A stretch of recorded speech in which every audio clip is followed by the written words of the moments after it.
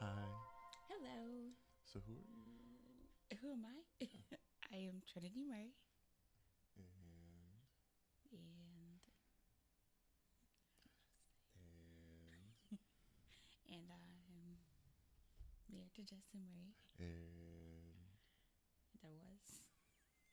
and Um. no, I'm joking. So I was like, oh my god, did I forget? so this is my wife, and she's my first interviewee. Yay. So we're just gonna talk about, from her perspective, what it's like being married to a musician, a producer, if you will, someone who does full-time music, more or less. So yeah, so we're newlyweds. How long have we been married? We've been married just over 3 months. 3 months. Yes. As of what? Saturday? Mm-hmm. As of Saturday. But we dated 3 years before that, before getting married. So, before we dated, you did music a little bit, like you were classically trained, right? Yes. And when did that start? I started. Um, let's see, my sophomore year of high school. Okay. So I did that for about 3 years. Okay. Mm-hmm. Did you do anything else? Oh, well, I know you did a lot of church stuff, like more singing. Yeah. Yeah. So I've always been, I guess, musically inclined, you could say. Yeah. I started singing with my sisters and youth choirs as young as like maybe 4 years old. I always had an interest in piano. The earliest I can remember is there's a piano at a daycare I used to go to. Oh, okay. And I would put my hands on it any chance I could get. But we just weren't in a position to do any formal training or lessons or anything like that. So I started teaching myself around like 11, and then I started getting lessons around like 15 for piano and voice. Oh, So, okay. yeah. So, like, were you at all? How do I phrase this? Like, did you have any insight on like musician life or like the culture, like gigging culture and like things like that before dating me? Yeah, in the sense that I definitely took it seriously. Mm. I think that, well, I did my homework, and I considered being a full-time musician at some point. Even had, scholarship offers, audition offers, and things like that coming out of high school. But it wasn't it's something I really liked, but I wasn't in a position to, I guess, follow that dream. I, thought that I needed to do something more practical. Mm-hmm. So, yeah, it was something that I was aware of and definitely knew about before we started dating. Gotcha. It was I the first musician that you did? Yes. Okay. So Yes. I think when we met, Mm-hmm. well, no, it was after we met. Well, after I think I started like seeing her at my church a lot. But did you know I played back then, or were you just coming like to church? No, I did not know that you were actually like a musician at that church when I Uh-huh. started going.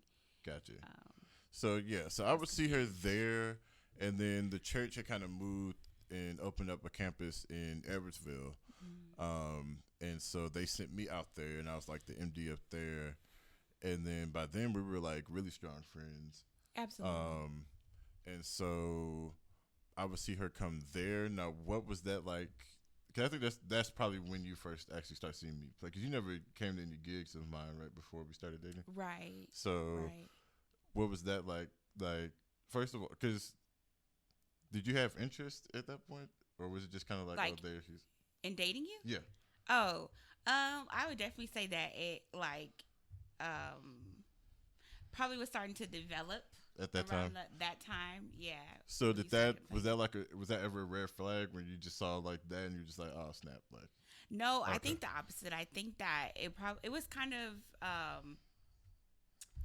I it made me confront a lot of things. It made me like um well, first it was kind of more attractive than it was a red flag because I'm just like, okay, like, this person is sure and they know what they want. Because again, I knew you had to be to pursue anything in the performance industry, any You sort did of know art. that. So I was like, okay, that's to me, it was really great. And also, it kind of made me like confront my own things, like you know, why hadn't I been that sure and things like that. So it really Mm. had me in a really interesting place, like mentally and emotionally. But it none of it was negative as far as you were concerned. Were you happy that wasn't jazz? So. There'd be people out there, yeah, I'm a musician, and it'd be like garbage. No, I was very much.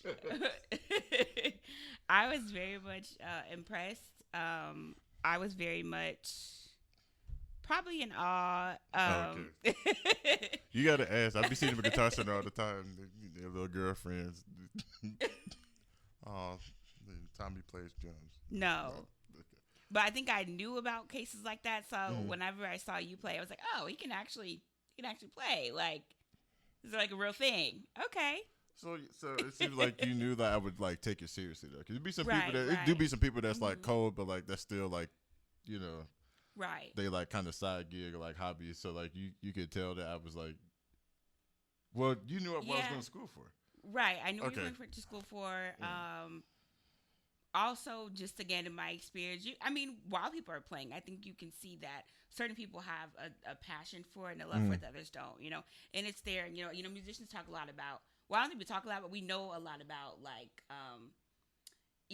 every musician has like a tick, whether yeah. it's like their heads moving, their hands moving. For me, it was like a whole body sway when I move. When I play and I'm like really into it, it's like a whole body thing. I used to And have zero. Yeah, and no, I Absolutely think zero. you had more than you thought. Oh, I did. definitely did by college time, but like Yeah. before that, like you ask my parents, absolutely zero. So like that story, I think I was in like 7th grade, and that's when my teacher got me to tapping my foot, and like everybody who knew me was just surprised, like he's moving. Like, Yeah. I used to zero, but yeah. But yeah, for me that was it. It was just just seeing how expressive you were when you played, and it kind of made me notice and think oh, like he's really into it, he's really in the moment, and that makes a great musician, and that even showed even further your dedication to your craft. So okay, so if you fast forward just a touch, I didn't think that she was interested. Like I definitely thought that she was pretty, and I thought she was cute, and I would see her a lot, and of course we were good friends, so I enjoyed her company, and like all my friends kept seeing her like come around. I don't really care about this aspect of it, but like they thought it was a big deal that she would help me carry my gear, and like I at that church I brought everything that I played. I brought so like I brought like a keyboard, a click track, laptop, sub mix, like just sustain pedal, the whole like I bought a lot of stuff, and so she would just sometimes be there when I was getting there. And she would just ask if if I needed help. So I was like, yeah. And so everybody, you let her carry that stuff.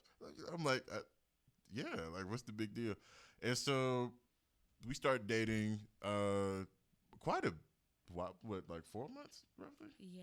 After, so then it was like we were inseparable almost, unless it was like school or work, we were together. So with that being said, like what was it like? 'Cause she came to like a lot of my rehearsals, and at the time, my rehearsals were probably rehearsal nights were probably a total of like 5 to 6 hours, because I would have church rehearsal, and then I played for artists, and I would have that band rehearsal right after the church band rehearsal. And of course, we're musicians, so we're gonna share it and talk and whatever. So, what was that like for you, like in the dating phase? Well, I'll say in that pre-dating phase, I didn't think that much into it either. I was just like, for me, it was just like, okay, well, he knows I had, some of this instrumentation, and I played it, so Mhm. he's probably trust me to carry it. Like I didn't break my And stuff. at the end So of the day, yeah, that was really it's a it. bag. Like It's a bag. like maybe I might be more cautious if it wasn't in the bag, but literally in the bag, Right. like it's luggage. Right. Like, yeah. And So- obviously, like you knew at that point that I, cared about music, and so I wouldn't treat it carelessly. right. But And yeah, we're going 10 steps inside right. the building. Like, So, yeah, I didn't mind. I was just excited to be there and stuff. As far as like getting into dating, yeah, inseparable is really the word for it. We just spent so much time together. yeah.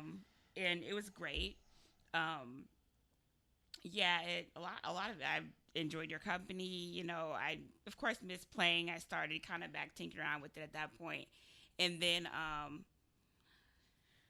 yeah, I mean, there was one point at which I was overwhelmed. I don't know if you remember, and I was just like, oh well, this is a lot. Like I didn't know if it was a lot for you, so I was like, maybe I should step back for a second, and I second guessed it. But you did a really good job of making it clear that, you wanted me there and that you welcomed my presence. So that was good. Like the All rehearsals were a stuff. lot, or just like in the midst of like dating? Was it like Just like the rehearsals and stuff, Okay. I questioned myself because, again, it was really making me, miss some things I had been doing. Mhm. And I was just like, okay, let me make sure that I'm checking myself and there's no elements of like, I don't know, no like jealousy or anything. So I had to.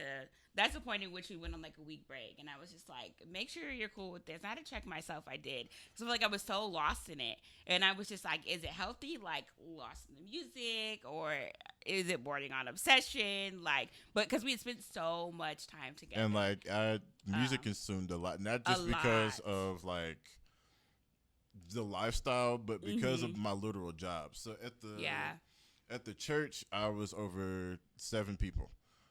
I think I was included in the 7, but anyway, the band was 7 people. I was an MD, and we had a 3-piece horn section. So I had to write out horn parts for everything, and a lot of these, songs didn't necessarily have a chart that you would just go by. If they did, that probably was going to be a no-go anyway. Just, you know what I mean? Not, trash, or, so-and-so didn't want to pay for it, or, is it the right key? Do we have to, like, it's a whole lot of variables that it's just better if I just do it. And I'm an arranger by nature, so I was going to do something different anyway. So like I said, like rehearsals were already a lot. That's like what, like 5 or 6 hours. By the time like I put everything back and cut the lights off, it had probably been about 5-6 hours. Right. But again, that was normal to me because I had done those things for several years too. I had put in 5-6 hour rehearsals for sure. But then like sometimes after that, I would still do my own personal practice. Sometimes we'd be hanging out. Like I have my laptop with me, charting out stuff for rehearsals or for school. And like you said, I'm a performance major, so like we'd be at the apartment chilling. But I still have like homework for, music history class or theory class or whatever, like other music stuff. So outside of just the performing lifestyle, like there's still an academic aspect that was still, happening. I think you were about done with college by that point. So it's just like, I'm sitting here with papers and books and like, I know it can be a lot. So yeah. So in college, I definitely gigged quite a bit. So what was it like knowing my gig schedule? Because I think at the time that we were dating, it was a lot. But I think I might have gigged more before we started dating. If I remember correctly, but it was still quite a bit. Like I did a lot of freelancing, still church. By the time we dated, I was playing for some little jazz spots and that as well. Yeah. But I don't know if I was playing for more than Stu or just still Stu at that point. I think just still Stu at that point. So him, that's our artist. Then was I doing wedding bands when we dated? Yeah. So weddings and stuff like that too. So knowing the dense like gig schedule, what was that like as far as? Oh, but I didn't even try. It's so bad. I did try. I did try to keep up. And honestly, I can recall a time where somebody else came and told me, "Oh, Justin's not gonna be, XYZ place because he's at another gig." And I'm just like, "Wait a minute, you're not telling me where my man is." Like, and I was like really, really upset. Like, but it was just a lot. It was a lot to keep up with. I was so upset. So we had conversations about that, and we had to just come to an agreement. But, I would never say that there was a place where, you didn't communicate those things to me, or that it was something that I didn't like or didn't necessarily approve of. Not that you needed approval, but, it just was a matter of, like you said, it was quite dense at that point. It was pretty busy. So, it was a little bit of a shock at first, but after that initial incident, it was all good. Now with her, for me, it was a shock as well, because I don't know. I don't think I expected to start till after college. Everybody, and it was fully like in my head, like, because coming from high school into college, I get around like a couple of old heads, and they talking about union cards and this group and go out to this, and I'm like, well, got none of that. So I guess once I have to get this degree, something will pop off or whatever. And I can remember my first gig. I was in the middle of a lesson, and the teacher just came in the room and was just like, "Hey, you want to play on the boat Friday at 6?" And I was like, "Okay." And then from there, it just like piled on. Like, I remember one Saturday I did 3 gigs in a day. Like, I did 1 gig in the morning, packed up, went to a second one, packed up, went to a third, like, back to back. And we're talking about minimum 3 gigs a week, minimum probably. And that's just jazz, So we're not talking about Sunday mornings. We're not talking about concerts and other events with like the gospel artists. Like, just jazz stuff alone, maybe the wedding stuff included. We're talking like a minimum 3 gigs a week. So just stepping into that as a freshman, sophomore in college, I'm just like, okay, like, this is the money's great. I'm not gonna lie about that. Like, you know what I mean? But this is still like a lot to balance. So yeah, hearing your perspective on that was interesting, because including a relationship in that is, it's something to think about. And it's like, even for me, having been in a couple relationships prior to, my wife, learning from those experiences kind of helped me, bring some tools to bring into dating, and just, being ample communicative and ample, present. Like, if I didn't have a gig, if I didn't have something to do, like when I'm with her, like I'm with her, like I really wasn't on my phone like that.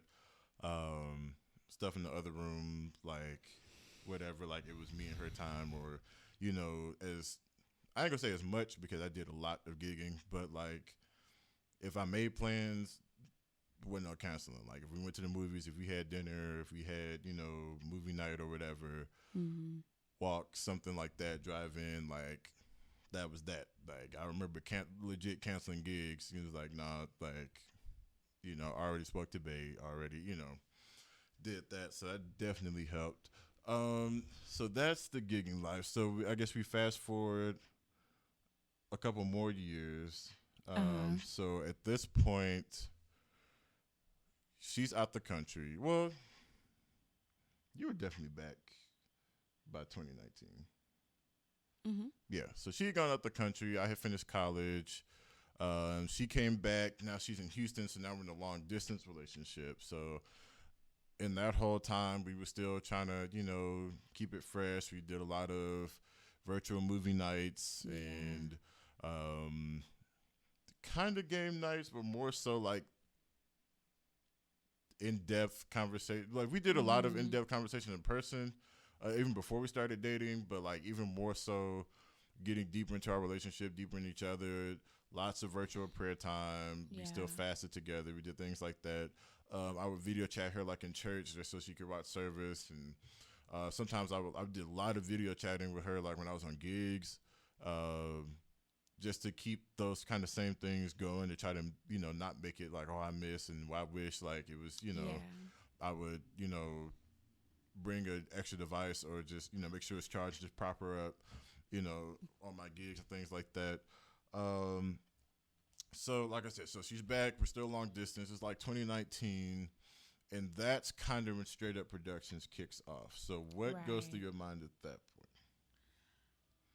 I don't really know what to expect. Yeah. I know we'd had some conversations about the mission, like the heart of it, who you're serving, what the purpose is. I know we had in-depth conversations about, just kind of what was in your hand at the moment. And those two things are vastly different, which I mean is the case when you start something. So I didn't really know what shape that would take in its infancy. So yeah, I was just kind of like here to support you, like I've been doing. Yeah, that's really it. So like, were you sure you were gonna marry me at that point? Oh yeah. So what did that make you think any differently about like, you as a wife or anything like that? Like, there's gonna be a whole like business owner kind of component added to like the marriage? Not really. Okay. I mean, because whether you have an LLC or not, being a musician is running a business. You've got your own calendar to maintain. You've got your clients to please. It is running a business. Yeah. I think just by that point, knowing what you had put into it and knowing the kind of person that you were, it was kind of the next logical step. Like, to just kind of incorporate everything and make everything packaged and legit and ready to go to the next level. So it just to me, I think I did at some points question like, okay, like where do I fit in? What is needed from me? And I think those are questions that we still talk about frequently. Yeah. So COVID definitely smacked some things. Yeah. And that's the thing I think I realized early on, that you can plan and plan and plan and plan, but a lot of things that you're going to learn along the way. Neither of us have owned businesses. Neither one of us have incorporated anything. Neither of us have done anything on a national scale. So I think a lot of it was just like, okay, this is where we are. What do we need to do? And again, I kind of took solace and like I was really peaceful about the fact that we'd already been through the hard part of communicating and, checks and balances and making sure that things, are covered and supported, in the areas that we needed. So it really just kind of seemed like the next logical step. Well, that's good news. I don't know. Music has definitely been my passion for a while. I would say that I'm like multifaceted, and because I had a lot of like you mentioned, doing something like a little more practical. Like I remember as a kid, like I wanted to be an engineer like my dad, and I was like, cool, I'd do that. And I remember like just taking crap apart and like trying to put it together, like phones and radios and cassette players and crap like that. Just screwing it and looking at it and like putting it back together. Like I told you, I did the pharmacy internship thing, and I was going to do that, and I was going to double major, and then when I kind of like got the pull, like you remember it was at Kingdom Refiners, and he was like, somebody be thinking about doing this thing full time. And I was like, well, I have, but like this low-key not my church, so I don't expect it. I don't even expect him to be talking to me. Like, whatever, like I'm back here. Buddy walked around the entire church. Shout out. Awesome pastor. That's just something Juan C. Beans is good. So he come around, he's like, that's you. And I'm like, well, all right. And so, I was just like, man, like, I know I want to get married soon, like full time. Like I don't expect anything to start off. What I mean? It's not to be pessimistic, but it's just the logic. Like I don't expect anything to be, start off and I'm balling within the first like. Because the reality situation is like as of right now, I think the turnaround is coming for the appreciation of music. But like at the time and even now, like it's music.